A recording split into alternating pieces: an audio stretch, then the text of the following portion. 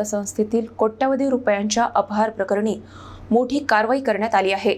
पतसंस्थेचे अध्यक्ष नारायण आवारे आणि मुख्य कार्यकारी अधिकारी असलेले त्यांचे पुत्र नंदकिशोर आवारे यांना पोलिसांनी अटक केली आहे। अकोला शहरातील श्री गजानन नागरी सहकारी पतसंस्थेतील तब्बल 8,97,00,000 रुपयांच्या अपहार प्रकरणी डाबकी रोड पोलीस ठाण्यात गुन्हा दाखल करण्यात आला आहे। या प्रकरणात पतसंस्थेचे अध्यक्ष नारायण आवारे आणि मुख्य कार्यकारी अधिकारी असलेले त्यांचे पुत्र नंदकिशोर आवारे या पिता-पुत्र जोडीला पोलिसांनी अटक केली आहे। या प्रकरणाचा तपास आर्थिक गुन्हे शाखेकडून करण्यात येत होता। गेल्या 6 महिन्यांपासून पतसंस्थेकडून ठेवीदारांना पैसे परत देणे बंद करण्यात आले होते।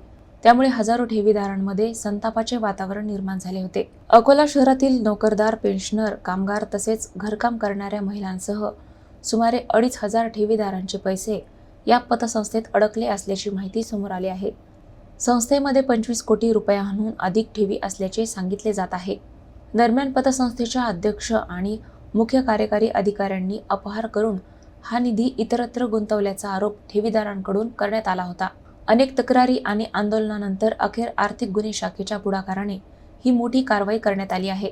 या घटनेमुळे शहरातील ठेवीदारांमध्ये भीती आणि चिंतेचे वातावरण निर्माण झाले असून आता अडकलेले पैसे परत मिळणार का असा प्रश्न सर्वसामान्य नागरिक उपस्थित करत आहेत।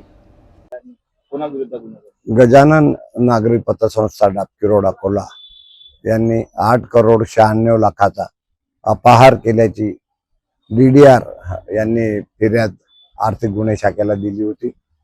त्यावरून पोलीस स्टेशन डाबकी रोड येथे अपहार प्रकरणी गुन्हा दाखल करण्यात आलेला आहे।